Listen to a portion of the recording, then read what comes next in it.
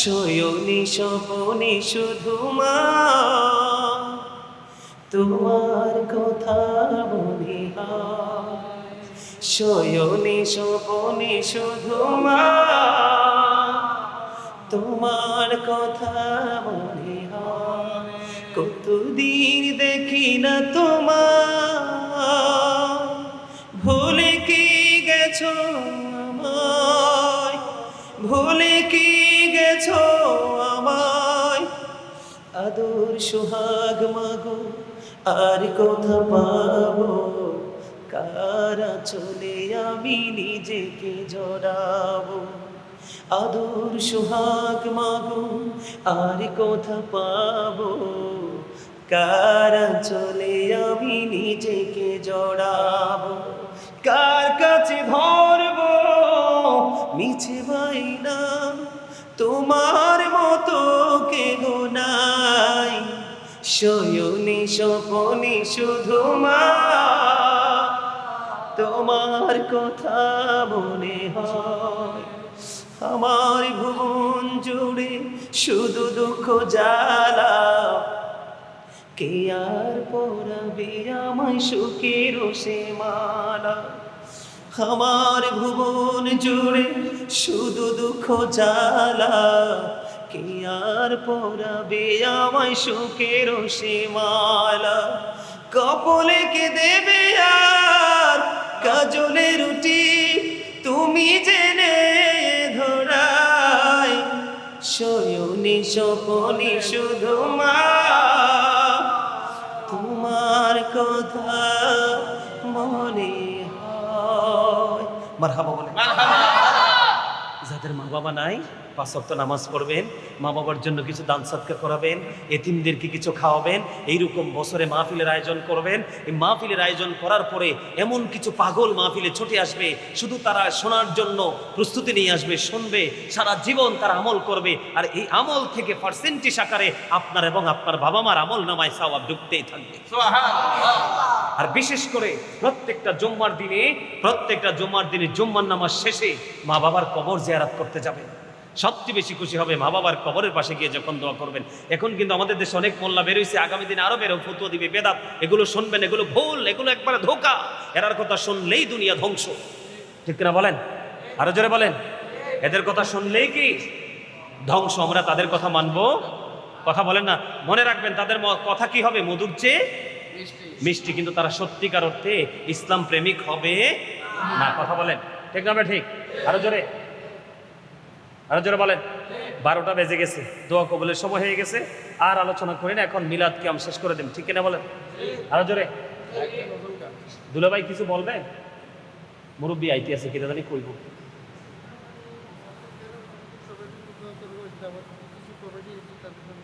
এটা তো কমন। দোয়া তো করবো, দোয়া করবো ইনশাআল্লাহ। দোয়া করতাম কইতে আইছি, সবার জন্য তো দোয়া করবো। দোয়া তো কখনো একা কর, নিজেরটা বাদ দিয়ে সবার জন্য করব। আলহামদুলিল্লাহ। এখন এটা হলো নিয়ম। কথা কয় না কেন? আপনি যখন আপনার দোয়া বাদ দিয়ে অন্যজনের জন্য দোয়া করতে থাকবেন, আল্লাহর পক্ষ থেকে ফেরেশতা পাঠাই দিবে, এই ফেরেশতা যা, আমার পাগল তো সবার জন্য চায়, তুমি যাইয়া তার জন্য চাও। সুবহানাল্লাহ বলে। আর জোরে। এই জন্য হিসাব আছে। গজল আরেকটা শুনবেন? গজল, হ্যাঁ গজল শুনবো? হ্যাঁ গাইবো? হ্যাঁ তাহলে আমার লেখা একটা গজল আমি শোনাই, আপনারা পারলে আমার সাথে গাইবেন। রাজি আছেন? এই তো যে সুন্দর নূর নবীজি, নামটি মধুমাখা, তুমি ছাড়া শূন্য জীবন, আমি যে বড় একা। এ তো যে সুন্দর নূর নবীজি, নামটি মধুমাখা, তুমি ছাড়া শূন্য জীবন, আমি যে বড় একা। পথে আছি আমি, বলেন পথে আছি আমি, কবে দিবা দেখা। এই তো যে সুন্দর নূর নবীজি নামটি মধুমাখা, প্রেমিকী ছিলেন হাবশীর বিলাল, চেহারা তার কালো, হৃদয় জুড়ে ছিল গো রাসূল তোমার প্রেমের আলো। বলেন প্রেমিকী ছিলেন হাবশীর বিলাল, চেহারা তার কালো, হৃদয় জুড়ে ছিল গো রাসূল তোমার প্রেমের আলো। নবীর প্রেমের ইতিহাসে বলেন, নবীর প্রেমের ইতিহাসে এই নামটি আছে লেখা। তুজি সুন্দর নূর নবীজি নামটি মধুমাখা। মারহাবা বলেন না। পুরোটা গাওয়া সেটা আমার লেখা, আমার সুর। আমি রাত্র প্রায় 2:30 থেকে 3টা বাজে গজলটা লিখেছিলাম। লিখতে লিখতে চেয়ে দেখি আমার 2 চোখ পানিতে ভরে গেছে। কেন জানেন? মুসা নবীর সাথে যিনি বন্ধু হয়ে জান্নাতে যাবে ওই লোকটাও ছিল সবচেয়ে বেশি কালো। সুবহানাল্লাহ কন্যা কিনলে পৃথিবীতে যত ভালো মনের মানুষ খুঁজে পাবেন কালো মানুষ এবং শ্যামলা মানুষ। হযরতে হাবশীর বেলালও ছিলেন কালো। এই বেলাল এখনো পৃথিবীতে সশরীরে জিন্দা। রাসূল মেরাজে গিয়ে জান্নাতের মধ্যে চেয়ে দেখলেন হাবশীর বেলালের কদমের ছাপ। আমার সুবহানাল্লাহ বলবেন না? বেলাল এখনো মরে নাই, এখনো সশরীরে পৃথিবীতে জিন্দা। কিন্তু নবীজি মেরাজে গিয়ে জান্নাতে গিয়ে দেখলেন হযরতে বেলালের কদমের ছাপ। কেমন প্রেমিক ছিলেন, এই জন্য বেলালের প্রেম নিয়ে গজলটা লিখছিলাম।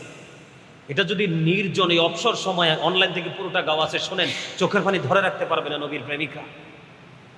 আমি আরেকটা হাদিস বলছিলাম না একটু আগে, আবু বকর ওমর শক্তিশালী এবং দুর্বল বুঝাইতে যায় তাদেরকে নিয়ে রাসূল আপন করে আপন রওজায় শুয়ে আছে। জানেন তো এটা? মদিনায় যারা গেছেন দেখছেন রাসূলের পর যে রওজার পাশেই কিন্তু 2 জন আছে। সুবহানাল্লাহ বলেন না, সুবহানাল্লাহ বলেন না। এত প্রেম তাদের ছিল। আবু বকর এবং ওমরের প্রেম নিয়ে আরেকটা গজল লিখছি, আরেকটা শোনাবো? রাজি আছেন? আমার সাথে সুর দিবেন, আপনারা চুপ করে বসে থাকেন। আমি ছেড়ে দিলে আপনারা ধরবেন। গজল গাইলে দেখবেন না গাইতে না বলতে বলতে আপনাদের আমাদের মধ্যে জড়তা চলে আসছে। এই জড়তা দূর করতে হলে মুখকে বেশি কাজে লাগাতে হবে। ঠিক কিনা বলেন? আমার সাথে সাথে পড়েন। ওগো নবীজি কেমন করে বলো তোমায় দেখি, বলেন ওগো নবীজি কেমন করে বলো তোমায় দেখি, আছো তুমি ওই মদিনায়, আছো তুমি ওই মদিনায়, সঙ্গে নিয়ে 2 প্রেমিক সাথী, কেমন করে বলো তোমায় দেখি, বলেন ওগো নবীজি কেমন করে বলো তোমায় দেখি। দেখার আশা আমার মনে পুষে রেখেছি যতন করে, পাই যদি গো নবী তোমার দিদার, শীতল হবে মোর 2টি আঁখি, কেমন করে বলো তোমায় দেখি, বলেন ওগো নবীজি কেমন করে বলো তোমায় দেখি। দেখার আশা আমার মনে পুষে রেখেছে যতন করে, পাই যদি গো নবী তোমার দিদার, শীতল হবে মোর 2টি আঁখি, কেমন করে বলো তোমায় দেখি। মারহাবা কর না। আবু বকর ওমর আমার প্রাণের রাসূলকে দেখছে না? এইটাও কিন্তু অনেক লম্বা, অনলাইন থেকে শুনবেন, অনেক মজা পাবে। আল্লাহ আমাদেরকে কবুল করেন। জোরে বলেন আমিন, আরো জোরে বলেন আমিন, আরো জোরে বলেন আমিন। আল্লাহ এই আশিকদেরকে পাগলদেরকে এসেছে খালি, তুমি কাউকে খালি দিও না। জোরে বলেন আমিন, আর একটু মহব্বতে বলেন আমিন। সম্মানিত উপস্থিতি, আলোচনা কি কি বিষয় নিয়ে করছি মনে আসেনি? কথা বলেন। প্রথমত কি নিয়া? এই যে চুপ থাকা নিয়ে। কি নিয়া? ওই যে কথা বলেন নাই, একটু জিকির নিয়ে বললাম না, পুরো আলোচনা কিন্তু করি নাই, করছি? এরপরে ঢুকছি কোথায়? পর্দায়, পুরুষের পর্দায়, ঠিক না? এরপরে ঢুকলাম নারীদের পর্দায়, ঠিক কিনা? এরপরে ঢুকলাম রসুলের কাছে, রসুলের মর্যাদা, রসুলের মর্যাদা, অনেক কিছু বোঝানোর পরে চলে গেলাম নামাজের কাছে, ঠিক কিনা বলেন? জুম্মা দিয়ে, নামাজ দিয়া, দুর্বল সবল মেসাল দিয়ে এই পর্যন্ত আসলাম, তাই তো? আপনারা এগুলো পার্ট বাই পার্ট আপনারা একটু মনে রাখার চেষ্টা করবেন, রাজি আছেন? একটু মনে রাখতে চেষ্টা করবেন তো? সম্মানিত উপস্থিতি, কখনোই মসজিদে, মাহফিলে, মিলাদে, দান সাদাকায় অল্প মানুষের উপস্থিতিতে একটা মন খারাপ করবেন না, কারণ ভালো মানুষ, পিওর মানুষগুলো ছোটে ছোটে আসবে, আর যেই মানুষগুলো দুর্বল, যারা দুনিয়াকে বড় মনে করে, আখেরাতের চিন্তা নাই, তারা কিন্তু এই পরিবেশগুলোতে নিজেকে যুক্ত করবে না, ঠিক না বলেন? বেশি বেশি করে মা বাবাকে ভালোবাসবেন। আর এই যুগে বাবা মা যারা, আমি শুরুতে একটা হাদিস বলছিলাম যে আপনারা আপনাদের সন্তানদেরকে নবীর প্রেম শিখান। মাশাআল্লাহ, আপনাদের ইমাম সাহেব তিনি কিন্তু আহলুস সুন্নাত ওয়াল জামাতের সত্যিকারের, ঠিক না বলেন? ওনার কাছে প্রয়োজনে আপনারা শনি সপ্তাহে একদিন, বেশি দরকার নাই, সপ্তাহে একদিন শুধু আকীদার বিষয়ে ওয়াজ শিখার জন্য আসবেন। আর যদি প্রয়োজন মনে করেন যে হুজুরের পাশাপাশি আরেকজন রাখবেন, আপনারা আমাকে বলবেন। আর যদি বলেন যে না আপনি আসবেন, আমাকে কোনো তেল খরচ, গাড়ি ভাড়া কিছু দিতে হবে না, কারণ এটা আমার অত্যন্ত আদরের, অত্যন্ত সম্মানী আমার বড় আপার শ্বশুর বাড়ি। কি আমি আমার কিন্তু আত্মীয় হিসাবে আমারও কিছু দায়িত্ব কর্তব্য আছে আপনাদেরকে এই বিষয়ে গান দেওয়া। যদি মনে করেন আকীদার বিষয়ে কিন্তু কোনো আপোষ হবে না। আপনার কবরে যাওয়ার পরে কিন্তু প্রশ্নগুলো আকীদারই হবে। কিসের হবে? ওই আমল কিন্তু মিজানে গেলে, কিন্তু অনেক পরে মিজানে গেলে আপনার নেকের হিসাব হবে, কিন্তু কবরে যাওয়ার পরে যে প্রশ্নগুলো হবে এগুলো আকীদা যাদের শক্ত তারাই উত্তর দিবে, আর যারা শক্ত না তারা দিতে পারবে না। শোনেন, মুমিন যারা, নবীর মদিনাওয়ালার পাগল যারা, সত্যিকারের আশেক যারা, তারা কবরে দেওয়ার পরে উত্তর দিবে। তাদের কবর হাদিস শরীফের মধ্যে আসছে দৈর্ঘ্যে এবং প্রস্থে 70 গুণ প্রশস্ত হয়ে যাবে, নূরের আলোয় আলোকিত হয়ে যাবে। তাদের জন্য জান্নাত থেকে খাবার বরাদ্দ দেওয়া হবে। এবং এই জান্নাতি মানুষগুলো কি করবে জানেন? ফেরেশতাদের সাথে তারা কথা বলা শুরু করবে কবরে রাখার পরপরই। সুবহানাল্লাহ বলেন না? কবরে রাখার পরপরই যেই ফেরেশতাগুলো আসবে তাদের স্কিনটা হবে কালো। কি? চোখগুলো হবে ব্লো, তাদের চোখগুলো ব্লো হবে, তাদের স্কিনটা কালো হবে।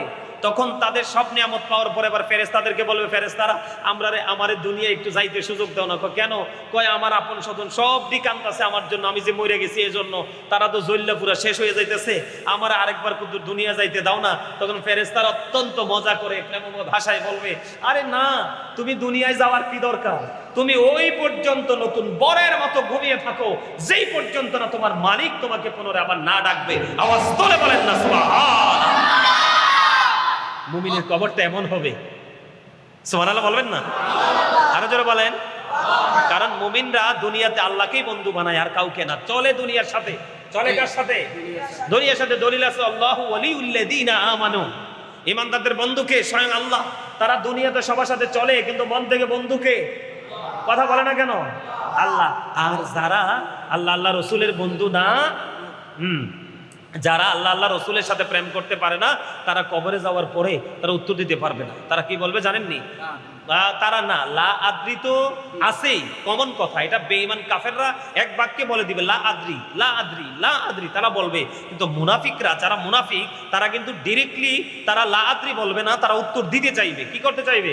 কিন্তু তারা তাদের মতো উত্তর দিবে না, কারণ তাদের মত তো নাই। কি নাই? তাদের ব্যক্তিগত কোনো মত নেই। তারা কিন্তু অন্যের উপরে ডিপেন্ডেন্ট। তারা কিন্তু অন্যদের মতো করে উত্তর দিতে চাইবে, কিন্তু উত্তর সঠিক হবে না। তখন গায়েব থেকে আওয়াজ আসবে, মাটি একটা চাপ দাও। মাটি এমন ভাবে চাপ দিবে তার হাড়গুলো ভেঙে যাবে। এদিকে তাকান, একটা হাড় আর একটা হাড়ের মধ্যে এভাবে ঢুকে যাবে, চিৎকার করবে, হাহাকার করবে, কান্নাকাটি শুরু করে দিবে। কিন্তু সেদিন তার কোনো সাহায্য করে নাই। কেন? সূরা ইউনূসের 44 নম্বর আয়াত আল্লাহ বলেছেন, ইন্নাল্লাহা লা ইয়াজলিমুন নাসা শাইয়্যা ওয়ালাকিন্নান নাসা আনফুসাহুম ইয়াজলিমুন। আল্লাহ বলেছেন আল্লাহ বান্দার উপর জুলুম করে না, বান্দা নিজেই নিজের উপর জুলুম করে।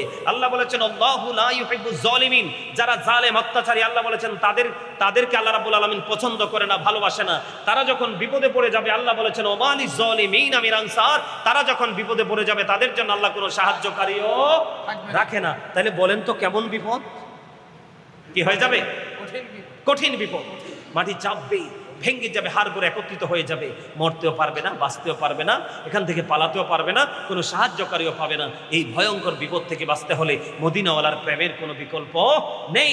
আর মদিনাওয়ালার কাছে যেতে হলে এই বর্তমান প্রজন্মে হক্কানি আলেম এবং আল্লাহর ওলিদের কোনো বিকল্প নেই।